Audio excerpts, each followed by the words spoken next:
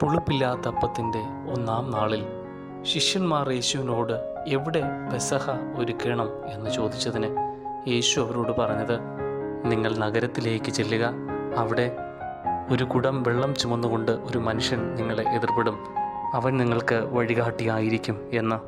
വഴിയൊരുക്കുക അഥവാ വഴികാട്ടുക എന്നാൽ അത് വലിയൊരു ദൗത്യമാണ്.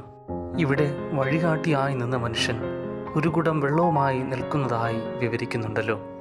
നനവുള്ള ഒരു മനുഷ്യനല്ലേ, അലിവുള്ള മനുഷ്യനല്ലേ, അനുകമ്പയുള്ള മനുഷ്യനല്ലേ. ഈ പെസഹ ദിനത്തിൽ ക്രിസ്തുനാഥൻ നമ്മോട് ചോദിക്കുന്നതും അതുതന്നെയല്ലേ. ക്രിസ്തുവിൻ്റെ വിരുന്നിലേക്കുള്ള വഴിയൊരുക്കുവാൻ നമുക്ക് സാധ്യമാണോ എന്നത്. Archbishop doctor Thomas J നെറ്റോയുടെ വാക്കുകൾ അന്വർത്ഥമാണ്. അപരന് സ്നേഹവും സേവനവും സാന്ത്വനവും പകരുവാൻ കഴിയുമെന്ന ഓർമ്മപ്പെടുത്തലാണ് പെസഹ. നനവുള്ള മനുഷ്യരാകാൻ ദൈവം നമ്മെ സഹായിക്കട്ടെ.